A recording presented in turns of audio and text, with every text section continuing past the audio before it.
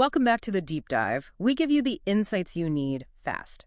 Today, we're really digging into foreign direct investment in South Korea, specifically looking at the brand new 2025 guidelines from MOTI, the Ministry of Trade, Industry, and Energy. That's right. Our goal here is basically to give you a clear roadmap, cut through the complexity. Exactly. Find those aha moments. So let's set the stage. What kind of investment are we actually talking about here? Okay, so the main threshold, it's investments of at least 100 million Korean won. Right, which is roughly 75,000 US dollars. Around that, yeah. And you also need to secure a minimum 10% equity stake. That's key for it to count as FDI. Got it. And the timeline. How long does this typically take? Well, the standard process, you're generally looking at 1 to 3 months. Okay, 1 to 3 months. But I remember reading something about specific technologies. Ah, yes. This is really important. Yeah. If your venture involves what they call national core technologies. Things like advanced semiconductors. Or maybe biotech. exactly. Cutting edge stuff. If that's your area, that timeline, it can stretch up to 6 months, actually. 6 months? Wow, why the difference? It's because of mandatory security reviews. They need to assess the national security implications, protect IP. Makes sense. So, a big piece of advice here.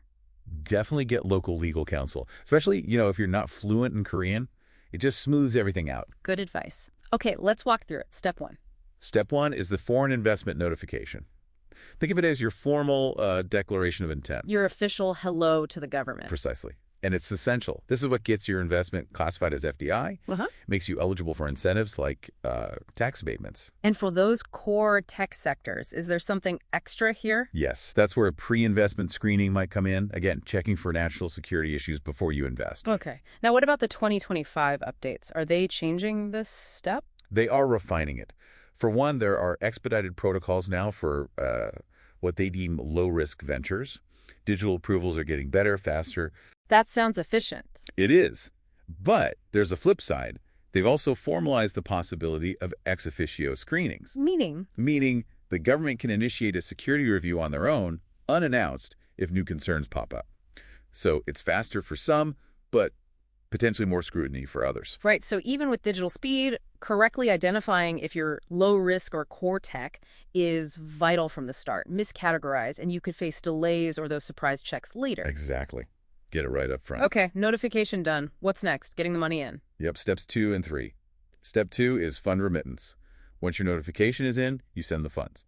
Critically, you need to label them clearly as investment capital. And how fast is that? Usually it's pretty much instantaneous. And the 2025 rules have actually made this easier for offshore entities, better currency market access, more fluid. Good news for international investors. So funds arrive, then step 3. Step 3, payment for stock shares and a corporation registration.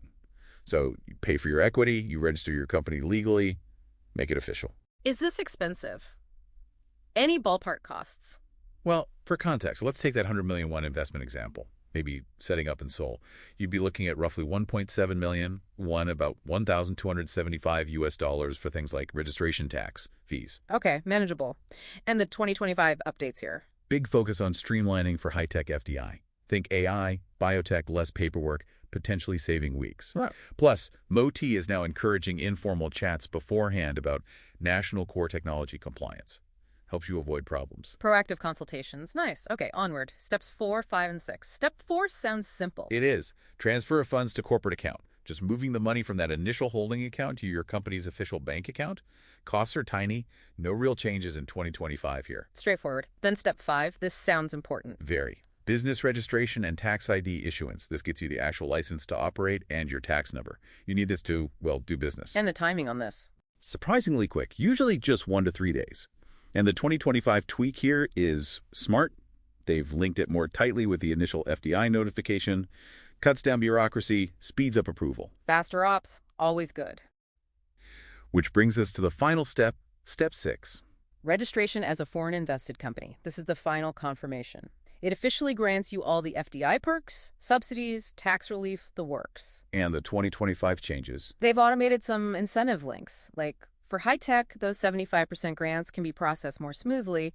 But again, there's increased oversight for what they term strategic domains. Critical infrastructure, defense, R&D, that sort of thing. Exactly. So a tip for you.